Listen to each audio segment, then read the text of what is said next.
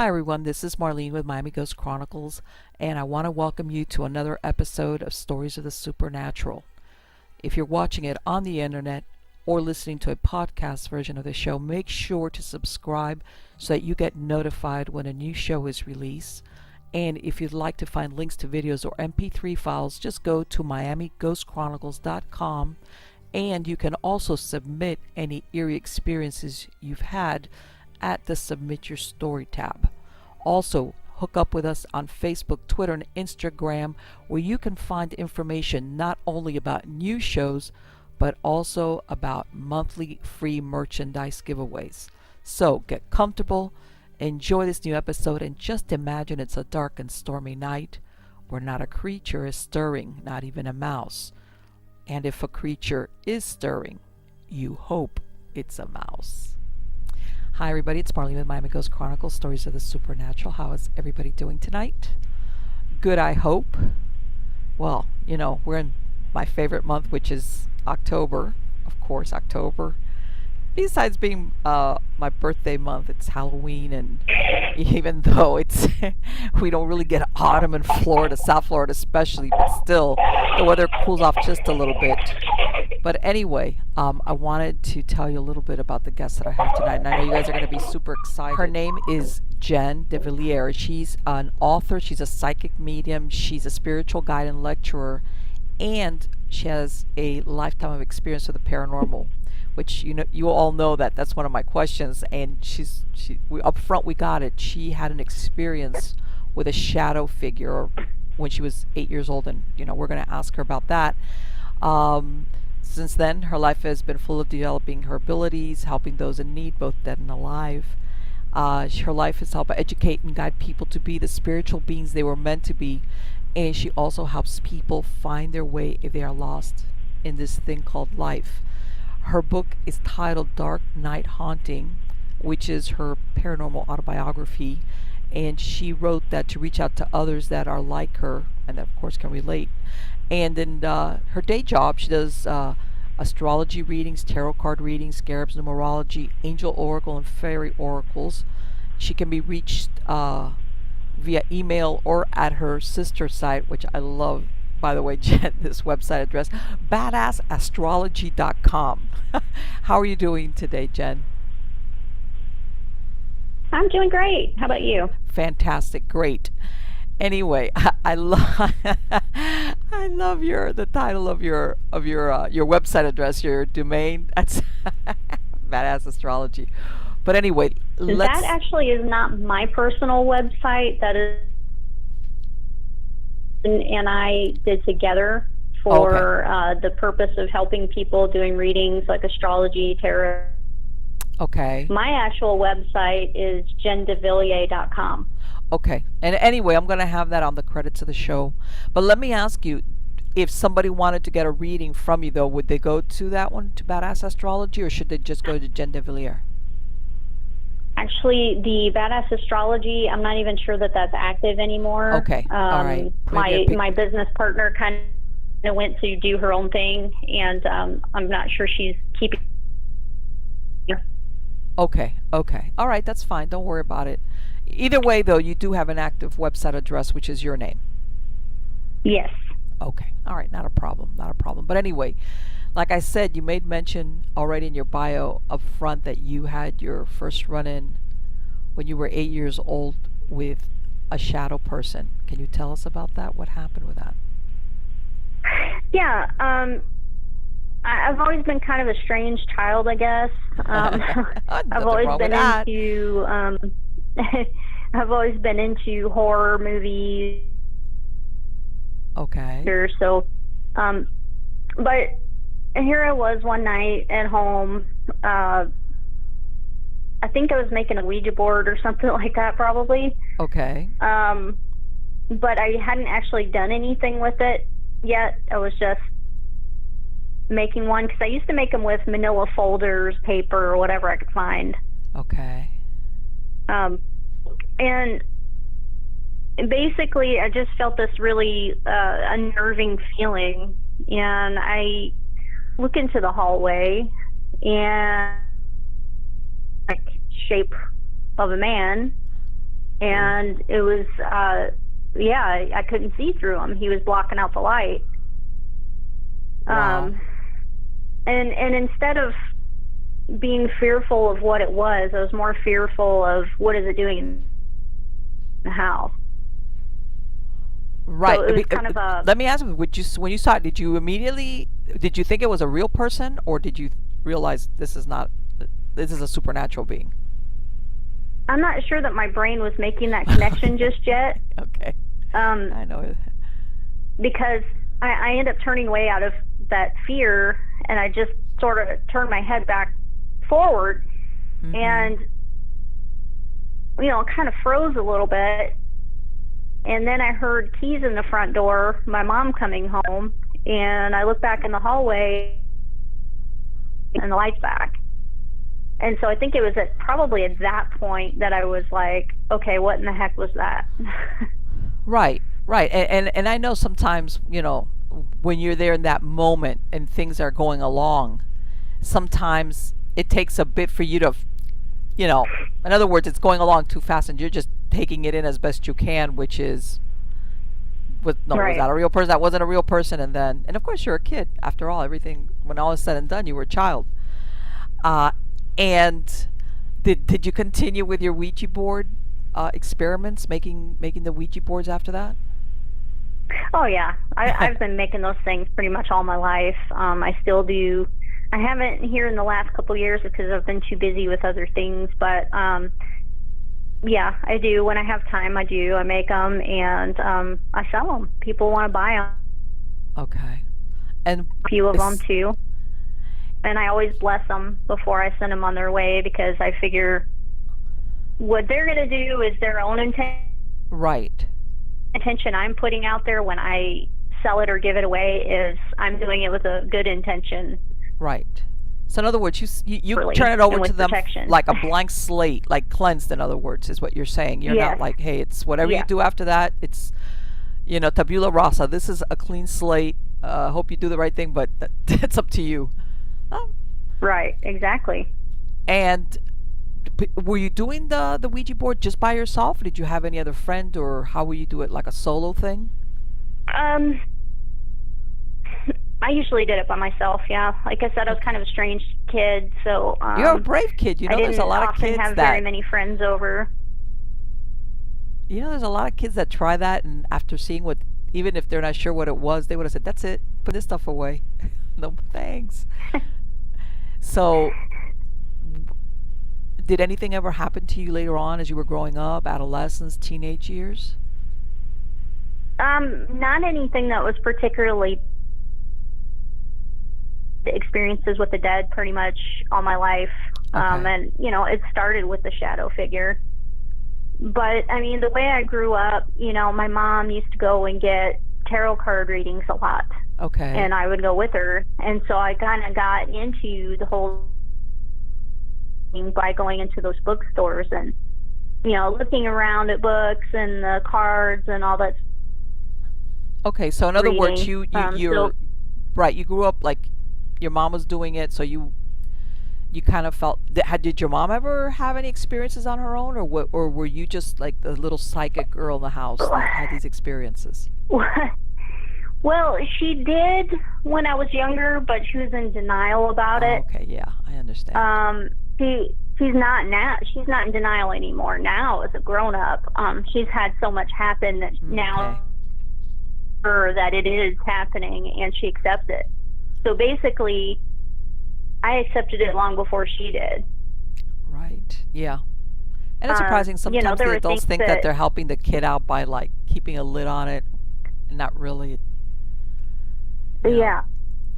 And well, for her, she would always try to explain it away, like it had some reasonable explanation. Sure. Yes. Like the one that sticks out to me the most is as a teenager, we lived in a duplex, and I knew that there was already something in there because, I felt it. Okay. Things telepathically that it would show me. And I didn't really say anything to Mom about it. All right. But there was one time I was in my room and listening to music with headphones on, next thing you know, my mom's opening my door, and she's like, "Why were you doing that?" And I'm like, "Doing what?" And she's like, "I was trying to my bedroom." I'm like, "Mom, I've been in here the whole time with my headphones on. What are you talking about?" Oh. And so she just, she chalked it up to something else, but it was like, there's no other explanation for that. You heard what you heard. Right. But now when she hears those things, she knows.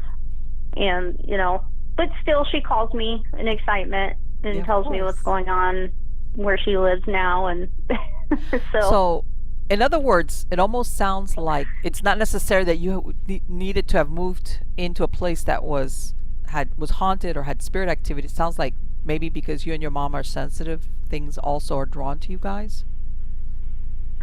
Yeah, I'm sure that played a role in it. In places that were haunted, but I didn't know until after the fact. But yeah, a lot of the time, I think it's people passing through. Okay. That would explain activity that doesn't stick around. When people have some activity, they say, "Well, right, it's gone quiet now." A lot of times that's what it is. They're just passing through. Okay. They want to see what's going on, and then they go away. But I mean, sure. Because to be honest, if we're in spirit form, we can go anywhere we want. So why wouldn't you? Right, and a lot of people don't realize that there's a good portion of discarnates which are not bound to a property. Everybody thinks of, you got to go to the haunted house or the haunted place to run into them, and doesn't always apply. A lot of times it doesn't apply. And right, I mean, because I can get information from watching a television. Okay. Investigating, and I'll pick up on stuff before they even say anything.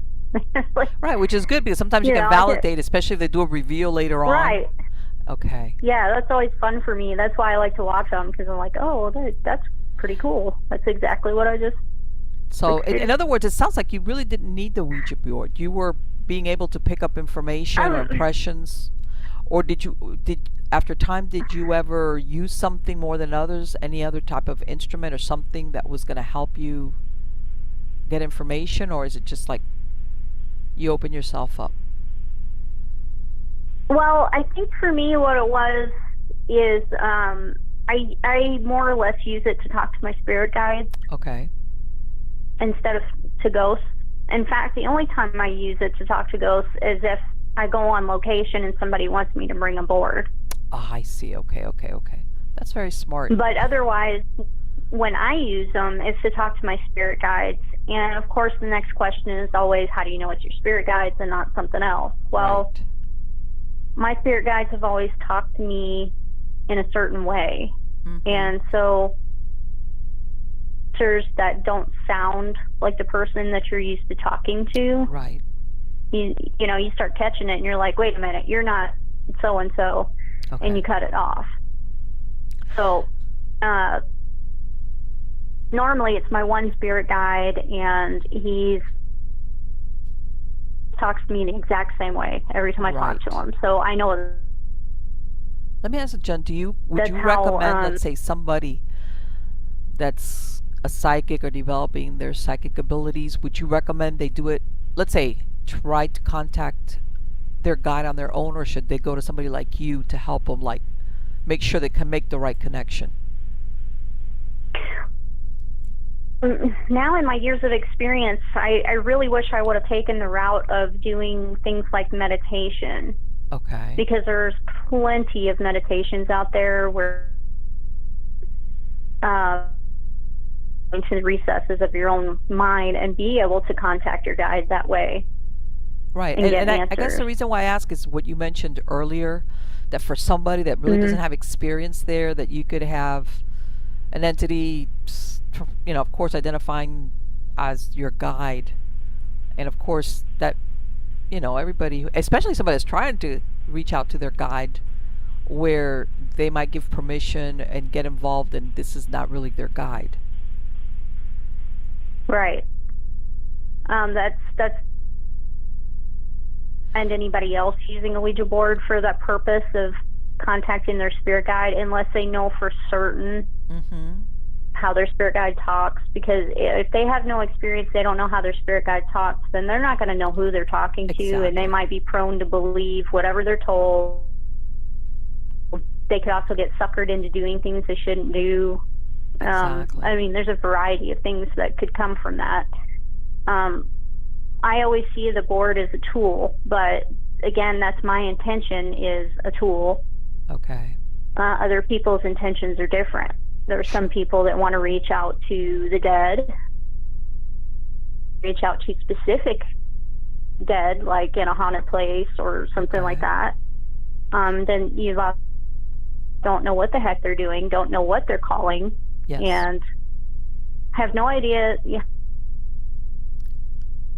Use it, and who knows what's going to come through. So sure.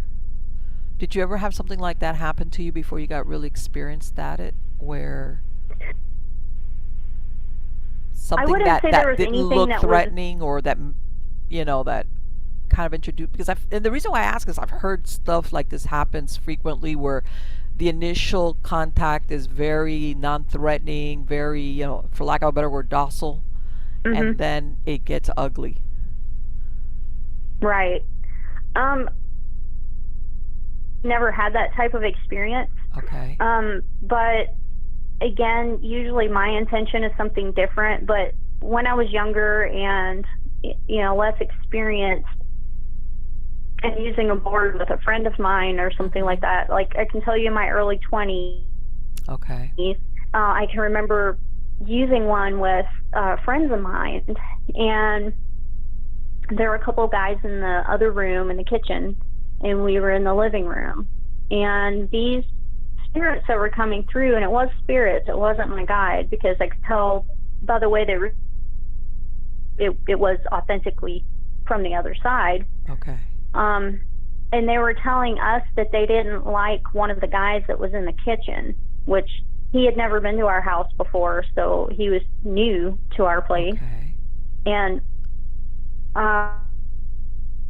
like him. And to stress the point of that, all of a sudden we hear boom, and we're like, what the heck was that? And we go into the kitchen, and the guys are standing there like terrified, and we're like, what happened? It's like that pitcher, like a drink pitcher, okay, slid from the back side of the cabinet all the way to the floor on its own. Oh. And this was just after they said, we don't like him, get him out of here, stuff like that. So they really didn't want him in the house. Okay. And ironically enough, even though it wasn't my guides, they were giving a warning that this guy was bad news. Oh, so that was accurate, in other words. Okay. Yes. They would not let him come back. And at the time we were like, why? What's the big deal, And then like a week or two later, he had gotten into some legal trouble and got arrested and stuff. And so we were just like, whoa. Right, yeah. And it's not the first time you're hanging out the wrong place at the wrong time with the wrong person, and you get scooped up, into trouble that's not really yours. So. Yeah. God. I mean, normally it's about people anyway, but it was just weird that they went out of their way in that place to tell us, they were warning us to get him out of there. But yeah, doing that with the pitcher, it scared them. Okay. So I don't blame them. They must have been like, what? I do come back. Right. Well, yeah, but and this is that person, the other person learned to trust me after that. So. And sometimes in those cases, it was trying to give a warning. Maybe it was somebody else's guy that stepped in and said, hey, ditch that guy, quick. Well, it could have been, but also in that place we did experience a lot of activity. Oh, really? So, there. I have no doubt that place is actually haunted. Wow. There was a lot of activity quite frequently. Like really scary. I think the scariest thing that ever happened was being awakened by a really deep voice that sounded like it was talking backwards. Oh. and it was coming from like the ceiling area, and there was nobody above us, so it was kind of like, man, that'll bring you awake okay, real quick. but I'm I'm so used to these things that I'm just like, oh, whatever. But that backwards talking thing will kind of like it's like, what? And Yeah, did you for guys sure. ever have a chance to identify who the entities were or what is there? No, they were, because back then I really wasn't using my medium skills, and I didn't know what I was doing. That was my early 20s. I really had no idea what I was doing. I was still a kid, still doing, and So let me ask something. Are you a medium? Because a lot of people don't understand there's psychic and there's mediums. Do you channel or? I do, but not in the way that I allow them to come into my body. I don't allow that. All right. Boundary that I don't want breached. So it's pretty much when I want information from them, I talk to them telepathically, and they answer telepathically. Okay. They answer, or they'll show me what looks like a movie of, Yes. they look like back then, what their age might have been, things like that. It's all telepathic, though. So when was it that you decided to, like you said, when you're young and you go hang out with your friends and it sounds like something fun to do, even though you grew up, your mom was getting tarot readings. At what point did you start to solidly become interested in it, and for lack of a better word, control it more, develop it more? That would have been, I would say, probably about my mid-30s. Okay. After having been through a ton of experiences. Okay. I think I finally just started saying, you know what, I'm just going to embrace this. I've been in it all my life anyway, I might as well. Okay. And, I've been reading tarot cards since, gosh, I want to say 1993. Wow. Because it was definitely after I graduated high school, and I had tarot cards, like I said, from my mom, but also I kept befriending people around me that, so it all sort of went hand in hand. But yeah, I didn't start embracing it until, I would say 30s or so, and I've been working. It's still like a lifelong process. Sure. You still have to fine tune it, and of course, those things where if you don't use it, you do start to lose it, and you have to work at getting it back.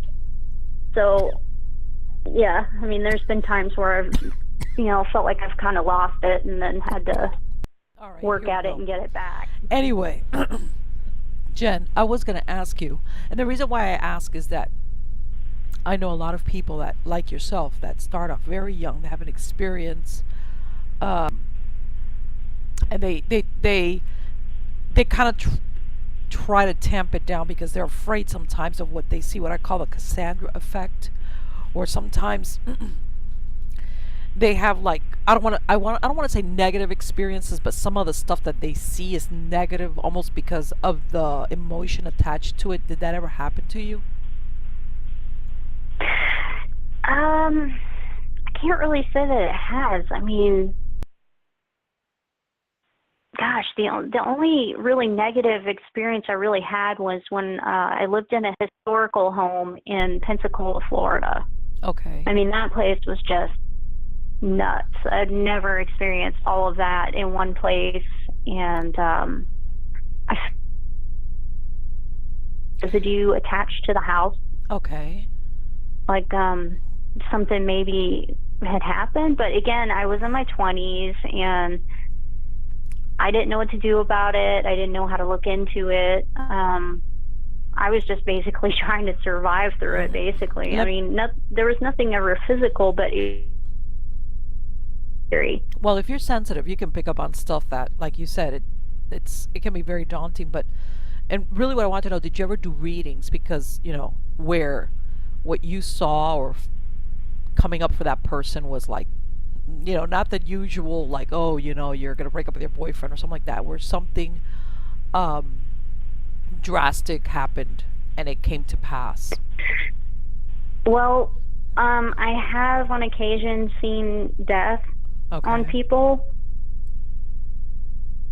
Can look at them and tell that they don't have much time left. Like, I can see how sick they are, and everybody around them doesn't notice. Okay. Yes, I know that did happen with my ex-father-in-law. I could, and his ex-wife had me do a reading, and that did come up.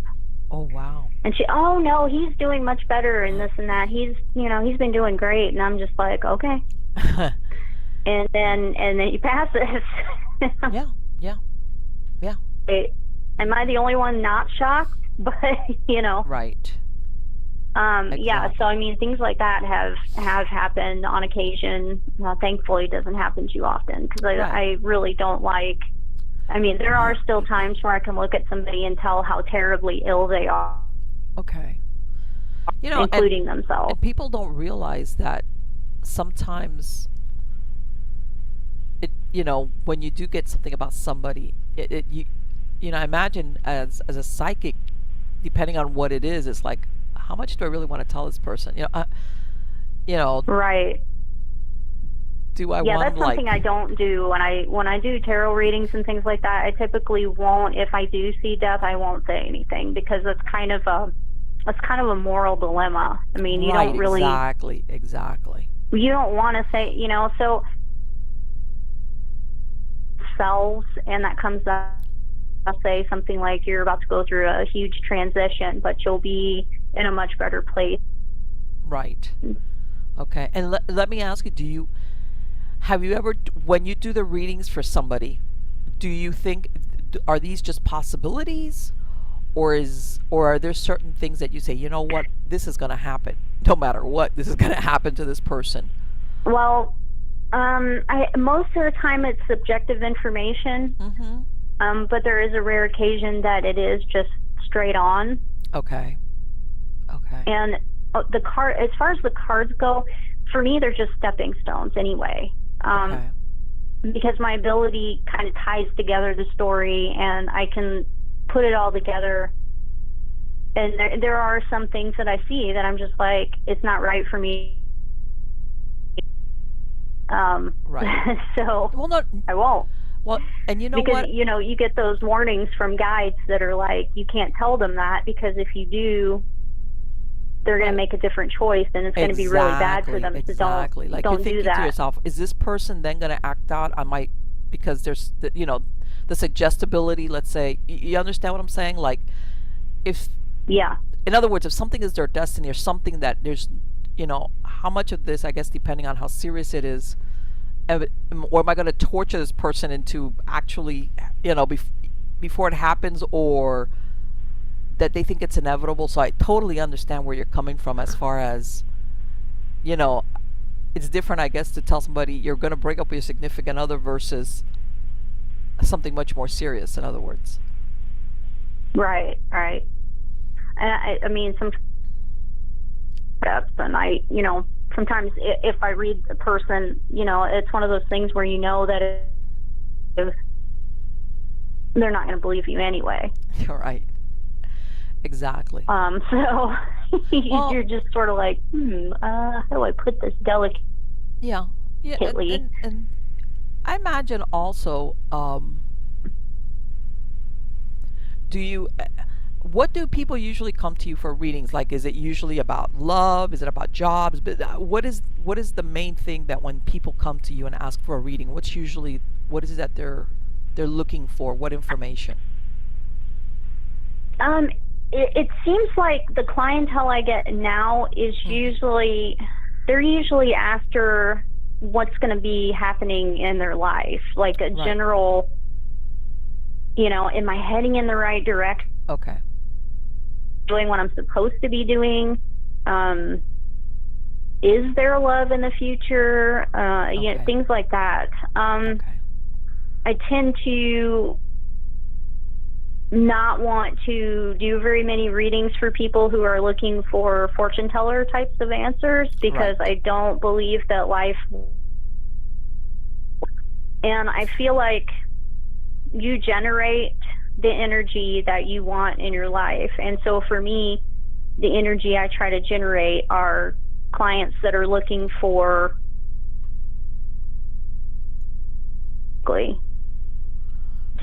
so the clients that I do get are seeking more guidance than they are, is this guy going to break up with me, or is this guy cheating on me, stuff like that, you know. In other words, you're just doing something and they want to make sure they're going in the right direction, or something like that. Am I making the right decision with this career, or should I be heading in another direction? With, you know, that type of thing. Exactly. And the reason why I ask is that I'm thinking to myself, and I'm going to go back to, and the reason why I brought it up is I'm thinking this has got to be one of those things that, you know, that you get the question about is like, oh, you know, they want to be with somebody, and maybe that person doesn't, you know, they're broken up or something, and you know, they don't want to see what's in front of them. In other words, they already kind of know the answer, and they're coming maybe to somebody like you, hoping you're going to tell them no. And I'm thinking to myself, at some point, I wonder if she's going to tell them, forget about it, you know, like, this is not, you're not meant to be with this person, when what they really want to hear is the contrary to what they already know, especially when somebody's not cooperating in the, you know, with a love affair thing. Because I imagine there's got to be a lot of people out there that, you know, they want to be with somebody else, and no matter what, and they're yes. And I have done plenty of those types of readings where they are insistent on being with someone in particular, and usually that guy, or he'll have a girlfriend, or, you know, and they want to know when he's going to leave that person for them. And it's like, he's not going to. And if he did, he's going to do it to you then later on. So your best thing is to just let go. Right. But in other words, they don't know, you know. Yeah, they don't want to hear that. And it's unfortunate, because I think a lot of people sometimes kind of waste their time because they could be with somebody else that they have actually have a relationship with, but they kind of hang up to that, whatever it was that happened or almost happened. Close themselves off, believing that that's the one person. And what they fail to understand is that everything resides around free will and choice. And if that person, it doesn't mean, you know, if that person was originally meant, people could have chosen want to, and that's just the way it is. You can't change somebody's decision. Exactly right. You can't coerce, especially when it comes to, you know, emotions. Do you do any readings for people as far as reincarnation, or people wanting to know who I was, or if me and that person, did we ever share a prior lifetime? Do you do anything like that? I haven't gotten any that believe that they've been with somebody in the past or anything like that. But I have had people come to me for astrology information, and they might ask what type of person past life rather than who was I, you know? Because I wouldn't have specific information on that anyway, but I do have the ability to look at somebody's chart and be able to tell what type of person they probably have been in the past. Wow. That usually ties to somebody's, or some people call it true node.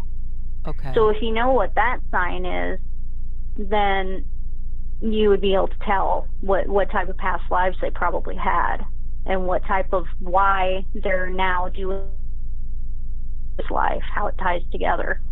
Wow, that sounds. So let me ask you, if somebody wanted to have their chart done, you could do their chart for them, I imagine, with all that information, or, I mean, in other words, more than your sun sign is in this, you know, and it's a very generic kind of. Much more, there's so much more information located in somebody's birth chart. It's really unbelievable how much information you can get about someone just through the chart. Wow. But that thing about the I once had a lady that a lot of physical and mental problems. And she came to me and asked me, why am I like this? Why, can you tell me in my chart why I'm like this? And I'm not kidding. I actually pulled up her chart and I looked in her chart and I saw exactly why she is more prone to the illnesses that she has. And I explained it to her and she was completely floored. Wow. So, I mean, yeah, I mean, our charts determine a lot about who we are, what we're prone to, things we need to work on, things we need to let go of. I mean, there's just, right. I mean, and I call myself a newbie in the astrology field because I've only been doing it for 3 years now or so. Okay. And, you know, so I'm still to it, but people that start talking about that example that you just gave where she had all these things going on in her present life and you look, do you see, is there anything like as a karmic, and by this I don't mean like karmic like as in punishment, I don't want to use it that way, I'm saying like where you're trying to get right what you didn't get right before? You know, it probably could. I'm sure it probably is in there. I'm not sure. I would imagine that something like that would be in some of the secrets are. That's where all the hidden information, knowledge, karmic lessons, all that stuff is in the 12th house. And so you have to look at what planets might have been there when they were born. Like if you have Neptune, and you could be somebody that could be very delusional or be prone to have mental illnesses that make you bipolar or make you, I mean, just a series of all types of mental illnesses. You could be, well, I mean, but you could also be a brilliant psychic. I mean, so it can kind of go either way. Yeah, because I mean, you have to really like look at all the varying things in that person's chart to be able to tell which direction they're most likely to take, in which how if they're going to end up being, is it something they can get past, things like that. Right, because for you to do a complete chart, you need the person's not only their birthday but the time they were born, right? Yes, the exact time and the location, because otherwise you're looking at just a basic skeleton, and you know, without that information. Right, because I imagine you need to look at what was happening with, and I'm like the whole chart, like because well, I mean, because people will give me, I don't know what the exact time is. Yeah. Information. I'm just like, well, I'll put it to you this way. I can't give you exact information without exact data. Exactly. Right, that you need right, and I know what you're saying, like because I imagine it can vary depending on the time of birth is what you're saying. Absolutely. I mean, even a few minutes can change things. Right. And surprisingly, the location has something to do with it as well. So, I mean, it all ties together. Right, because I imagine it's also depending on what time it was where they were at when they were born, and is what you're saying. Right. Okay. Right, because different time zones, exactly. So, it depends where what place of birth you were at, what the time zone was at that point. Wow. Exactly. And, yeah. I know. And the thing is, I think newer birth certificates have the time, but I think older birth certificates, they don't have time. They would just have like a birth date, and that was it. Right. And so for things like that, because I had to do this for myself, I had a copy of my birth certificate, but I had to actually get the gift for my mom. And that's the one that actually has time on it, the gift one. Right. So you would have to order a copy of that one, and that one has the time. It has the time, exactly, because of the because of the, as far as vital statistics and things like that. Now I think the newer ones, they just automatically bring it all on there no matter what. And when people come to you and let's say let's say they want to have their chart drawn up, and they've got everything. They've got the birthday, they've got the time, they've got everything. And I imagine, of course, it's going to show up to the point where they're at. How do they use it mostly? Is it to plan out what's going to happen for them? Do people come to you for different reasons? Life in general, business, because there's a lot of people that are driven by business, money, or I mean, it looks at all aspects, in other words, of that person's life. Right. That's, people have different goals in mind as far as what they want me to look at. Okay. Basic of who they are, which is easy enough. I can run a report and it will give you all the basics of who you are. When they ask me something very specific, that's when I have to go kind of dig in deep. Okay. Like how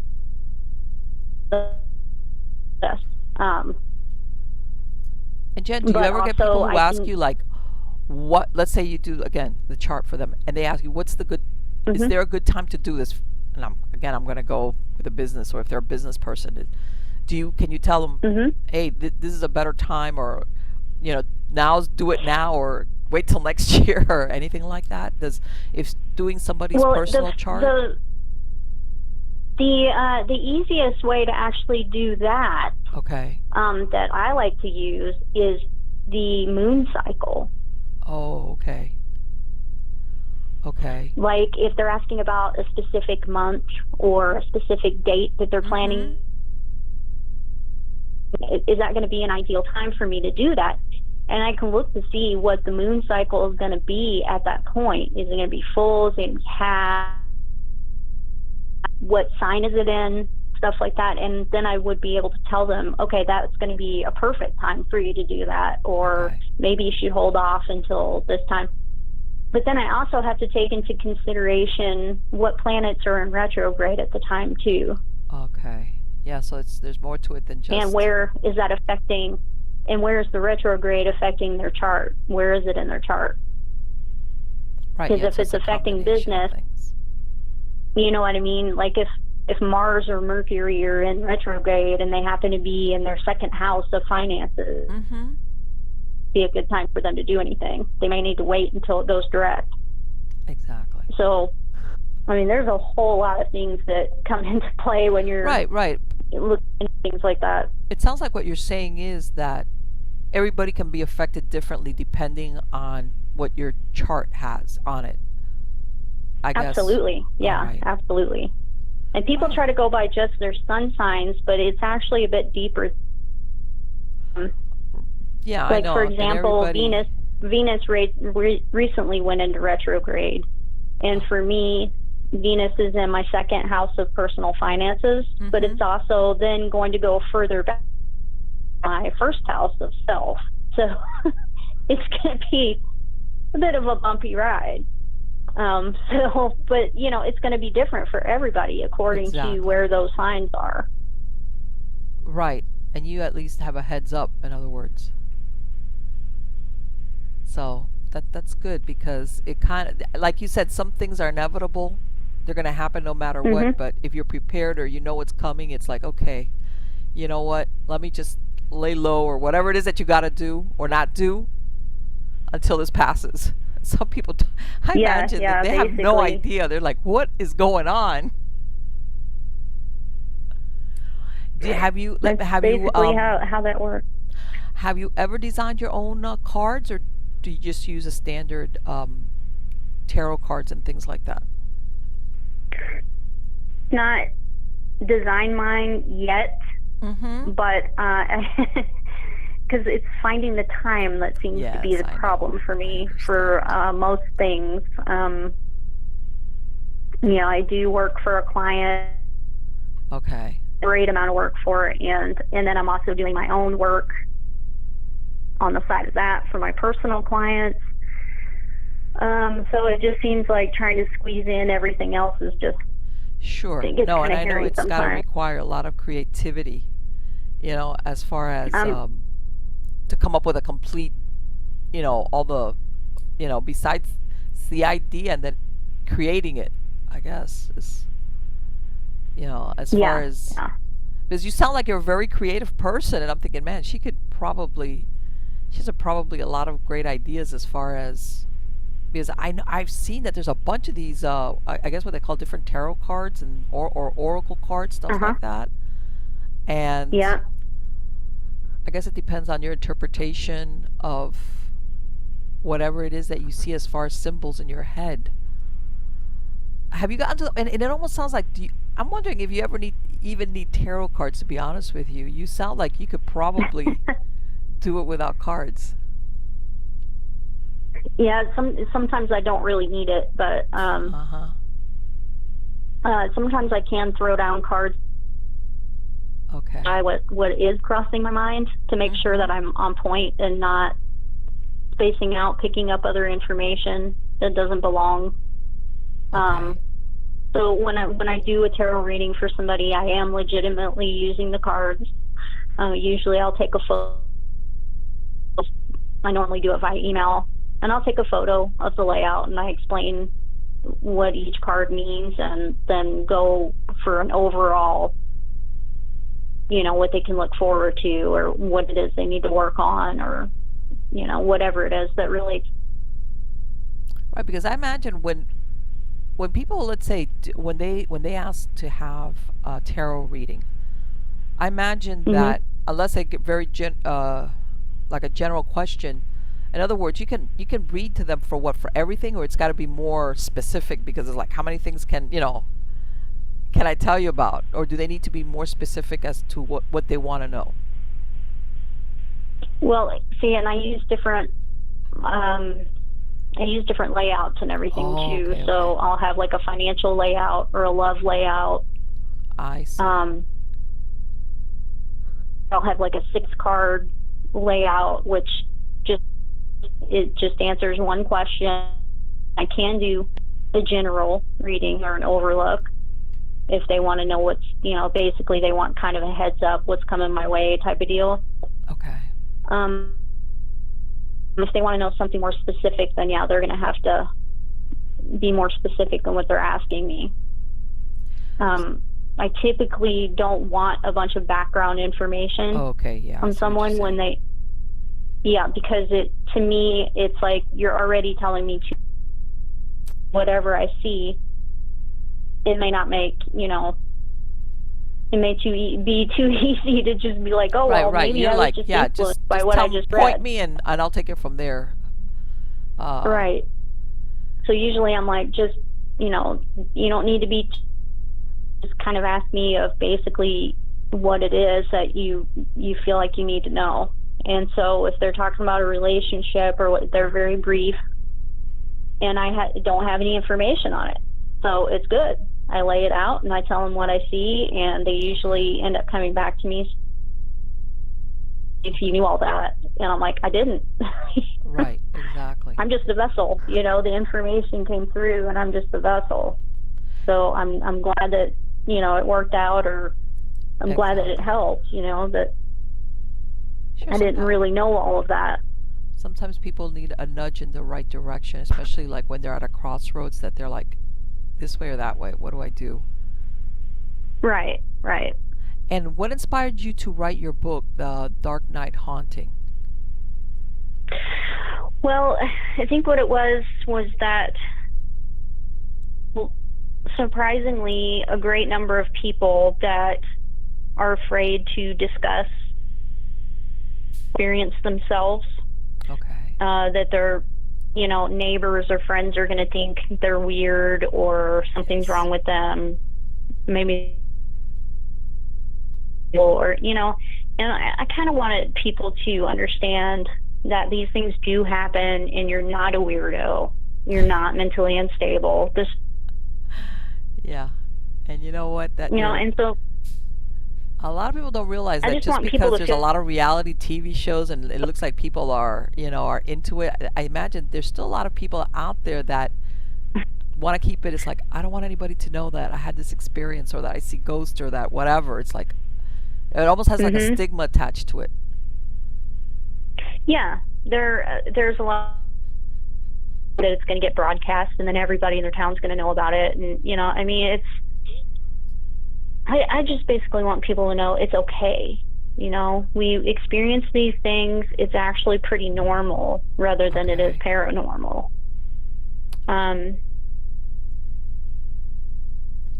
Well, you know, what's scary to some is nothing to me. It's like it's a daily occurrence. I don't understand how people would be afraid, but I mean,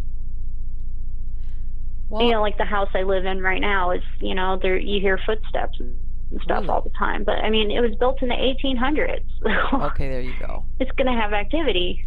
It's going to have residual. It's going to have, yeah, I mean, that's basically what it is residual. And it doesn't matter how much I burn sage. It's not going to go away because it's residual. Exactly. It's just an imprint. If it's not evil, it's just there.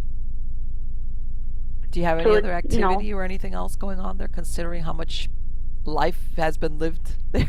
Because like you said, if it was built in the 1800s. Well, I mean, you know, and these are the only about so far. We've only been here since July. Oh, okay. You haven't been there long. Yeah, it hasn't hit any pinnacle or anything.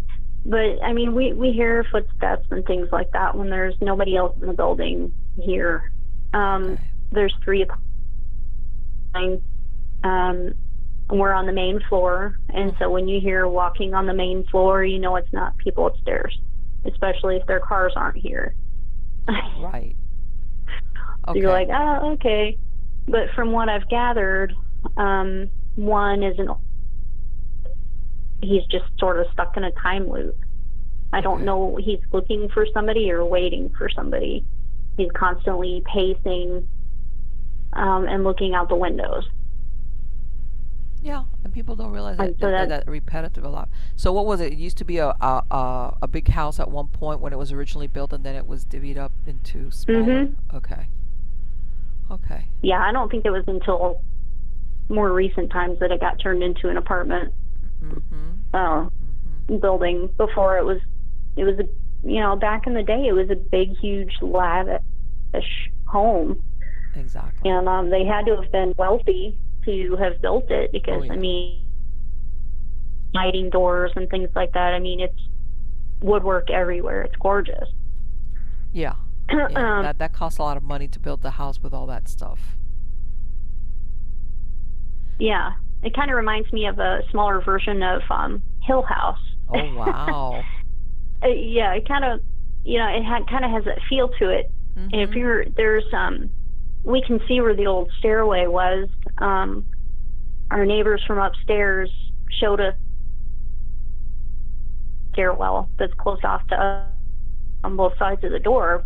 But one night we opened it and we saw the stairs and we were just like, wow, that's really neat.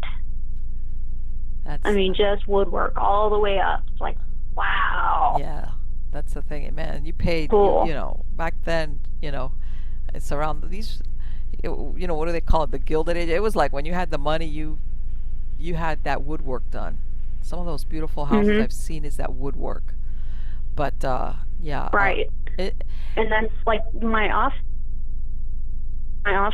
has a huge, it's like a rounded room, like a turret room. Oh yeah. And the rounded window portion, there's a huge 4, 5 shelf bookcase. Wow. That matches the windows that are going around. Yeah, that's all custom work. So it takes, yeah, it's all windows and bookshelf. So, that sounds beautiful. Yeah. And then, of course, the frame going around the room and around the doors, the windows. We've got windows. Yeah, it's pretty fantastic. So have your neighbors had experiences, or were you the ones that had it and you're like, okay, we won't say anything unless they say something? Yeah, well, I mean, I haven't sat down to ask. Right. One of the people moved out, and the other couple lives in the attic apartment. So I haven't really opened up to them now. Okay. Had anything happen, but it would be one of those things that would be interesting to find. Yeah, one of these days, maybe when you sometimes people got to develop like a little bit of trust, especially on their end. Like, what if I come out with this and I get a strange look from my neighbor? Like, what are you talking about? And I'll be like, okay, how do I take this back? How do I walk it back? And it would be funny because you hear, what they hear versus what you hear. Yeah. I mean, they've been in my office. So, I mean, they see all my Ouija boards and books and candles and tarot cards. And I think they have a pretty... Okay, so any day now, any minute now, they're, especially if they've got a weird, they'll come bolting down there, Jen, to go, wait, guess what? We saw some old guy running around in our apartment. What do we do now? And it's funny because, a lot of people don't realize sometimes, especially, when you get somebody that's lived someplace for a long time and they get older, they do a lot of repetitive stuff. And then that's, even if it's, whether it's residual or intelligent, you go, how much walking can they do? But yeah, a lot of people, this is how they soothe, and in life, they would just walk back and forth or pace back and forth. Yeah. Or they turn on the lights at a specific hour. Yeah, exactly. Some people are very much into their schedule. I mean, yeah. And so when they cross to the other side, they do the same thing. Yeah, so, I mean, it doesn't change. Right there on that timetable. A lot of people that, I want to say most humans, some more obviously than others, but everybody likes their little routine, their little schedule of like, it's all good, this is the time I do this and this is the time I do that. Right. And so people, like you said, when they cross over, they're still on that same schedule. Pretty much, yeah. If they stay in this plane, then that's what happens. If they don't go to... Jen, do you work with any paranormal groups now as far as investigations are concerned? Not currently. I used to run my own many years back, but it wasn't working out real well for me, so I do occasionally have groups that will ask me to be one of their guest psychics and things like that. Or if a friend's having an issue, they might call me up and ask me for advice or something, or what's my feel on it and things like that. So, I mean, I still get, phone calls or emails and things like that. So basically, like you're a freelancer. What I think about it. Yeah. Yeah. Yeah, that's sometimes. Let me tell you something. I sometimes that's sometimes better than being in a group, in the sense that you have more flexibility with your time and as far as going, or you save the day if they're short on somebody, on manpower. Right. Do you do any type, now that you brought that up, do you do any psychometry? Do they ever call you or ask you for impressions, let's say at a distance, on any investigation that's being done? I have, yeah. I've had people that aren't really... I've had people from the cryptozoology field actually be in locations and have stuff going on that they're recording a television like that, and they'll call and ask, or they'll send me a picture and ask me what my impression is. Yeah, so I mean, my name doesn't get mentioned on the show or anything like that, but right. They will call and ask for information. Okay. In other words, behind the scenes. If they encounter spirits or the dead or something like that, that kind of ties into whatever it is that they're doing, because they don't really have the knowledge. So they'll ask me for my advice on it. You mentioned something about if somebody's doing, let's say, they're investigating cryptids versus, ghost. What do they call you? Do they ask you if they're in the right area? What is it that they want to try to get feedback from you on? Well, an example would be they were looking for a creature, and they had encountered natives. They were talking to natives about some spirits that had something to do with that creature. Oh. And basically, they were asking me things like, if they were to use an, would it be able to pick up heat signatures like it picks up cold signatures, things like that. And it's like, well, yeah, it's gonna. Right, it's gonna give off body heat. Right, and so because for one, there was like supposedly evil to this particular creature or something like that, and so they're, you know, they don't know how to look for ghosts or spirits or anything, so they right, sure, called me up asking me what should they be looking for, you know, that type of thing. Right, are we talking something that's so solid, or am I wasting my time with equipment because it's not going to register anything? Right.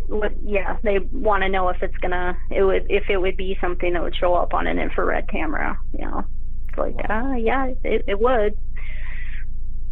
That's very interesting. Very interesting. When you said that, I'm thinking along the lines of skinwalk or something that, you know, is like metaphysical, and you're thinking how much of it is spirit, how much of it is flesh and blood, or human versus whatever. That's that gray area out there.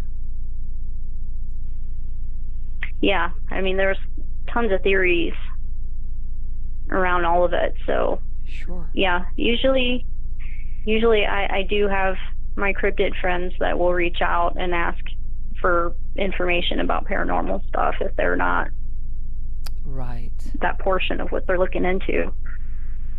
And how about house blessings, Jen? Do you do anything along those lines where somebody wants help, like, hey, either I've got weird stuff going on, or I'm going to a new place and I just want to make sure there's nothing there?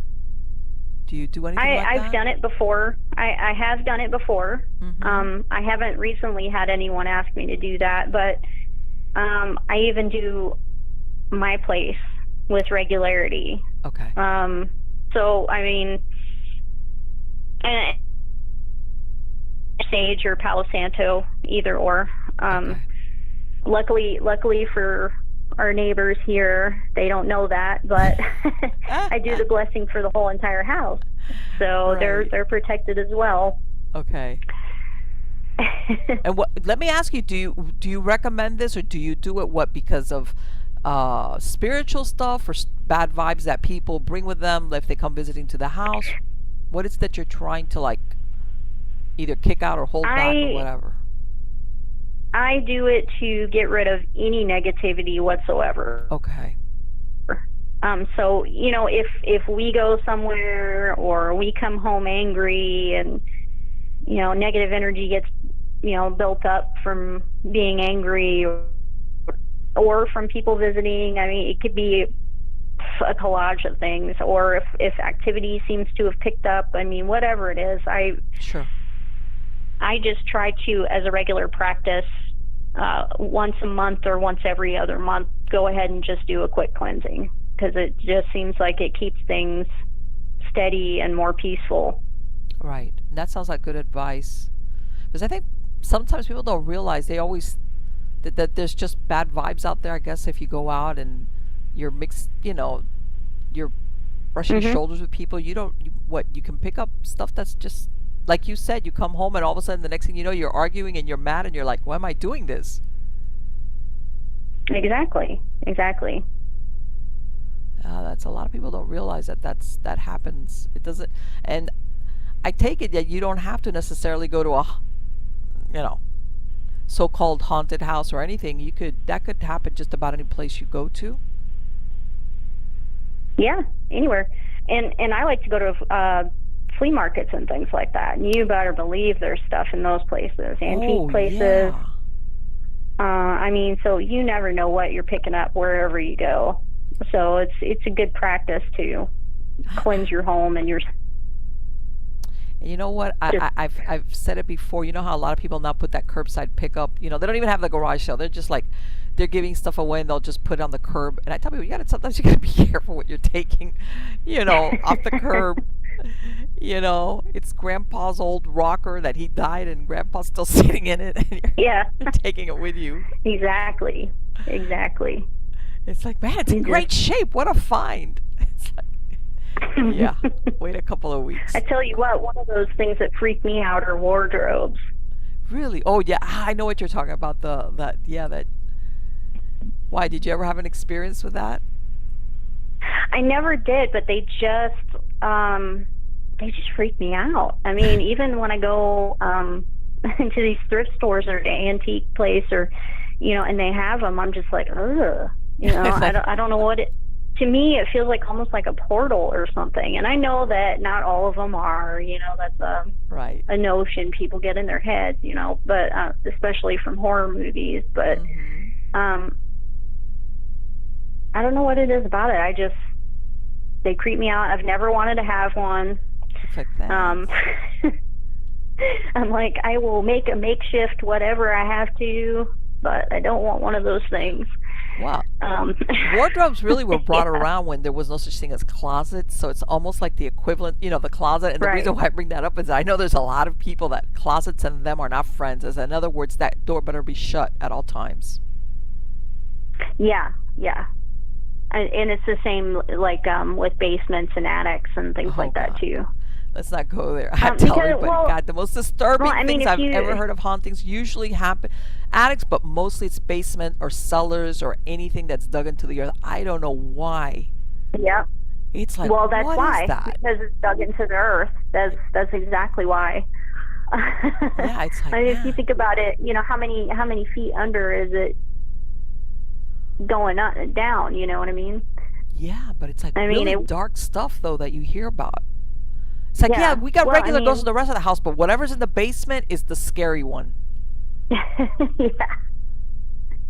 That's true. That is true. I've had quite a few experiences with basements. Even in this house, there's a section that everyone's creeped out by, and it looks part of the house, a really old wooden door that looks like it came off of a barn or something. I mean, it doesn't look like a normal door. Yeah. And when you open it up, it's just like an empty space, but you can see where they try to build the cement wall to hold up the foundation of the house so that the mud doesn't come through and all that. Anyway, what I was picking up on was the 1920s and back when they were doing bootlegging. Oh, wow. Prohibition times and stuff. Right. And come to find out, back in that time frame, that's what was going on around here. So they had a lot of bootlegging and stuff. There's a lot of money to be made. Let me tell you. There's nothing like prohibiting something to have everybody like really want to have it. There was a lot of money to be made, and unfortunately, a lot of crime went along with it as far as violence and things like that. People don't realize that.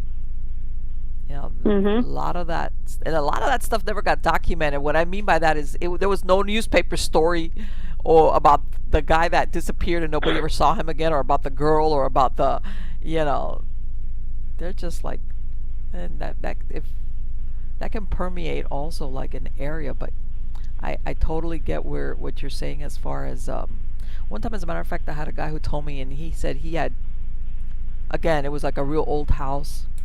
And his grandfather first had bought the house next door, and bought that one, and eventually him and his parents moved in, and he kept seeing stuff in the basement, but they had finished it out like nicely, so and they told the teenagers of the family, hey, you guys are gonna hang out, that's your hangout place.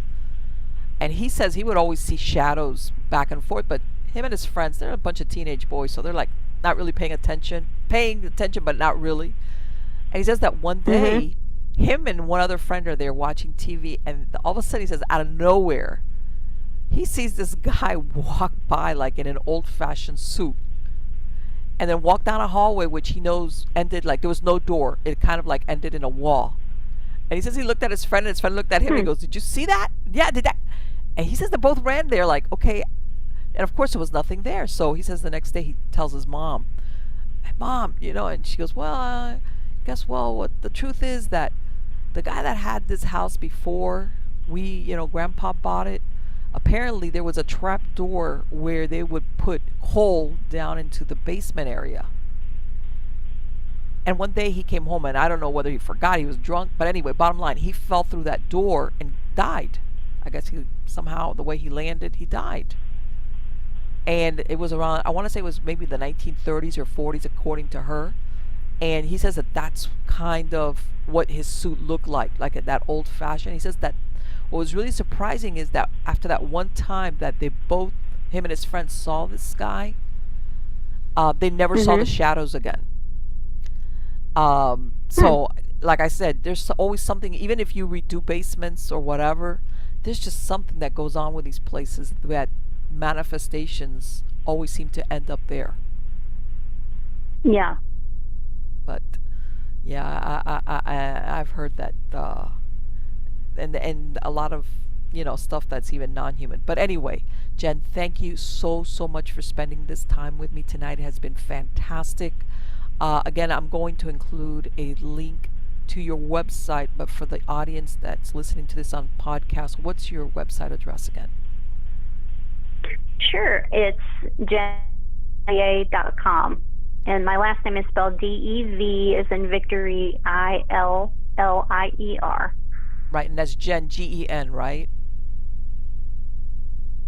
Actually, it's J-E-N. J-E-N, okay. All right, so if anybody wants to get a hold of you then for a reading or anything like that, that's where they should go to then? Yes. Perfect. All right, it has been a total pleasure to talk to you. And are you going to be working on any new books, any new projects coming up? I actually have started a second book, and it's going to be with one of my colleagues, Mr. Ron Murphy, who's written several books on his own. Okay. I wrote work for his book called On Vampires. Oh. So that's Okay. And I do have content in another book called Demons, the Devil, and Fallen Angels, which was written by Marie D. Jones and Larry Flaxman. Yes, I've interviewed Marie. Yeah. Okay, they reached out and asked me if I would do a little content for them, and I said absolutely. So I've got a little bit in there. Okay. I'm working my way around. I know, and believe me, people, I understand that sometimes, what's that saying, life gets in the way, that it just escapes you as far as finding the time sometimes for even the most well-loved projects. It consumes your time. Yes. It does. It consumes Absolutely. your time. It really does. But anyway, I want to wish you the best of luck on that project, and I hope you'll come back and we can talk about it once you get it out there. Absolutely. I would absolutely love to, and it has been an absolute pleasure talking to you. Okay, darling. Take care, all right? You too. Take care. Bye-bye. So, wasn't that interesting? That girl, I wish I had more time. We'll bring her back and ask her about all those other things, because obviously she grew up with the paranormal, truly with the paranormal. And it's really funny because, I've had guests where, as kids, they've had something happen, they see something, whatever, and the parents are like, no, there's nothing, it's your imagination, let's not talk about it. Shh. And here, she had a mom that was getting tarot readings. And even though, and it sounds like her mom was sensitive herself, but like I say, a lot of parents are afraid that if they really start talking to, and in a way I understand, because you want to protect your kids, like, minimized it until they get older, because you're afraid, what if I freak out my kid? But anyway, and then I wanted to, excuse me everybody, with my voice went, but I've been fighting an allergy attack all day. And, but anyway, so she does everything. She's psychic. She does the tarot. She does the astrology charts. She does, and she's well acquainted with the paranormal. Okay, which is really, really important, because sometimes, I imagine, people, I understand where people will, let's say, go to an astrologer or for a tarot reading for what you think of the most basic, love life or my business or my job or like she said, where am I going? But what if you have something more funky going on? What if you think that you might be cursed? Or, hey, I think I've got, like that lady, I've got all these things going on around and to me. Why is that? Okay, sometimes it's good to have somebody who's well-rounded in all these aspects, that they're ready to whatever, whether it's a tarot or a tarot reading, or whether it's they've drawn your astrological chart, that they could tell you, well, you know what, first of all, I'm not going to blink twice when you ask me what you ask me, because I get it. I know where you're going, and I understand what you want to know, and this is what it is. Okay? Because sometimes things that happen to us on the physical plane are definitely influenced by things on the metaphysical plane. And I really like something she stressed more than once, and I'm sure you guys heard it, which is, I draw certain things to me. So in other words, Jen is very, very, very aware of that like attract like that I've mentioned before various times, which is what you put out. And by this, when I mean put out, I'm not saying a fleeting thought. I'm talking about something you either think about a lot or feel, because of course, for you to feel something, it's got to start with what you think.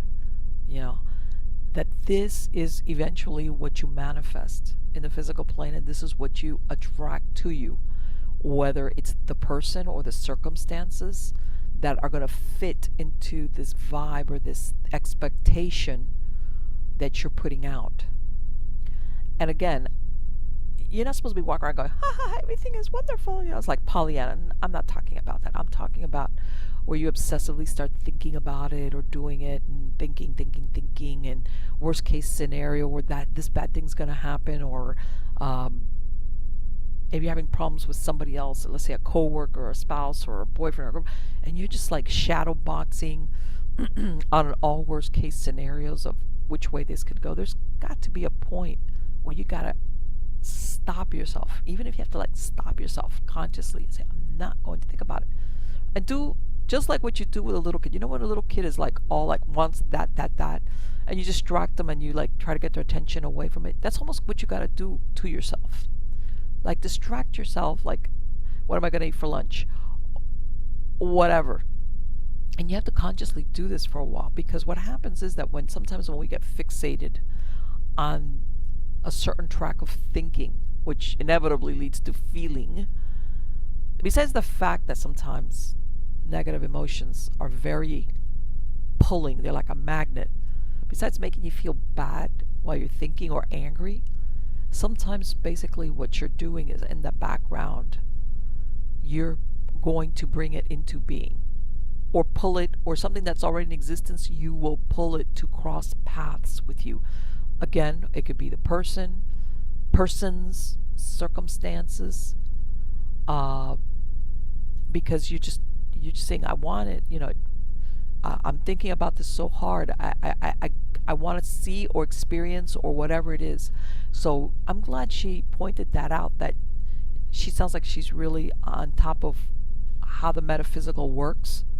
She understands that, whether it was the Ouija board or she's doing tarot readings or whatever it is, she is putting out this.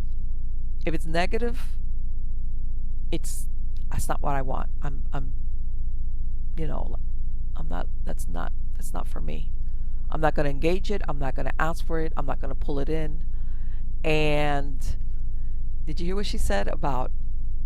Yeah, she cleanses, sages her house, whatever, once a month or once every other month. And I totally agree, and I've mentioned it. I've told people I would never move into a new place unless I did that. And I don't care how brand new or freshly painted or clean it looks, because this does not have to do with material cleanse. It has to do with metaphysical. And chances are you have no way of knowing what went on there. It doesn't have to be anything that makes the papers, but if you had people that were arguing a lot, or dysfunction or unhappiness, or And it was repetitive. I'm not talking once or twice. Something that was really, that imprints itself on the fabric of that place on a metaphysical plane. And whoever walks in there lives there after a while, depending on how rich. Because, and that's another thing, people don't realize that, especially when you get a place that's been around for a little bit, it's almost like layer upon layer of where whatever went on there. Let's go with arguments. You know, maybe originally you had two people living together who were really unhappy with each other, with life, whatever. They did a lot of arguing, a lot of unhappiness, bitterness, the whole. And let's say this couple was there 10 years, 20 years, whatever, a few years, whether they died there or they moved away. And next set of people up, all of a sudden, they're a couple. And maybe they never had major problems. And next thing you know, they're having all these fights and snapping and wigging out. And, you know, all of a sudden, instead of having just a little argument, they're having a full-fledged. Okay, sometimes even breaking up a relationship. And if they're long enough, they add another layer, and then another layer comes from maybe somebody comes after them, which has no idea of why maybe their relationship all of a sudden takes a left turn. Like, what happened? Or even among family members, it doesn't have to be a couple. Sometimes it can even, the dynamics between not only the couple, but if you have children and their parents, anybody else that's living there, all of a sudden it's like, hey, an okay relationship, whatever it was, goes off the deep end. And some people, every once in a while, you'll get somebody that will catch on and say, man, you know what? Everything went really bad after we moved to this place. Sometimes. A lot of times, unfortunately, nobody catches on. And either people break up, whatever the case might be, or sometimes almost irreparable damage is done to a relationship. And people are none the wiser, really, what's going on. And then you might, down the road, get another set of people, and there you've got maybe 20, 30, 40 years worth of dysfunction, bitterness, unhappiness. And all it is that there's no haunting per se. It's just like she said, the residual of emotions, that negative emotions that become imprinted there. And people come and go, and sometimes they are none the wiser why they become unhappy, or just their life falls apart or things like that. Because as the years go by, of course, this layer, it's amplified, and that happens more often than you think. And so I'm glad she made that point about cleansing your house, because, and that's another thing, like she said, you know, when you go to the flea market, and sometimes you'll even have somebody come to your house, whether it's a friend or just somebody visiting, that they bring something with them, bad vibes. I tell them, you know, you could look at somebody who you do not know who they are, and they look like they are the most carefree person in the world. Or you may think, oh, they have nothing to worry about. They've got a great job, but they've got a great marriage and no money problems. So that person is, you never know what's going on behind the scenes in that person's life. They might be in a depressed state. They might have really horrible things going on that nobody knows about. And they're carrying this negativity around with them. And the next thing you know, they visit, they spend the day. Next thing you know, you're like, oh man, I was happy, and now I feel like I want to just sit down and cry. Why? Not all the time, but sometimes that's an explanation. So, I think it's good advice that she gave. Okay, I think that's very good advice that she gave, as far as just to banish negativity. Okay, negativity, nastiness, and just welcome in light and love. I mean, like I said, nobody leads a perfect life, and you're always going to have just things that happen. But God, it makes a big difference what your mindset is to deal with problems as they come along versus, yeah, I was happy till I moved here. And by the way, a lot of people, let's say if they go house hunting or apartment hunting or whatever the case, and you'll have some people say, oh, I went to this place and I just didn't like it, or it looked really dark to me, as in not because of the lighting, just there's something dark about it. A lot of people think, oh, it's haunted. No. It could be haunted, but not the way you think of as in haunting, like by a ghost or an intelligent entity. It could be haunted in the sense of what you're feeling, either very uneasy, or man, I want to bolt for the door, I want to leave. Even if that's not the house, maybe a particular room, is because basically what you're feeling is maybe years of some type of very negative human emotion that was repeated over and over in some version for years sometimes. And that's what I'm saying. It doesn't necessarily have to be, oh, you're going to see a ghost. No. If you had a large amount of dysfunction for many years in a house, whether it was one family or several families, let me tell you, you don't have to be that sensitive to feel that way. And a lot of people, if they're honest, will tell you that somewhere along the line they've had that experience. Sometimes you even have it, you go visit some place you've never been to. Let's say, oh man, I just didn't like that place. I went in there and I just felt uncomfortable. And there's no physical sign for it as to why you would feel that way, but you can't help it. But a lot of people, they just dismiss it as like, it's my imagination. But sometimes it's not. But anyway, guys, I hope you liked the show. I really enjoyed speaking to Jen. Her website address, her current website address, is going to be a link on the show. Again, if you guys have any suggestions for guests or topics, please let me know at marlene@miamighostchronicles.com. If you have a story that you'd like to share with me, you can go to that miamighostchronicles.com, submit your story tab. Look me up, Facebook, Twitter, Instagram. This is where I live stream. I also talk about upcoming guests. That's where I usually, if I have some merch giveaways, as far as things that I give away for people, some of my members on YouTube or on social media, I have neat little stuff like right now, which by the way, by the time you guys hear it, it'll be over. I've got a collector's model of Daryl Dixon from The Walking Dead.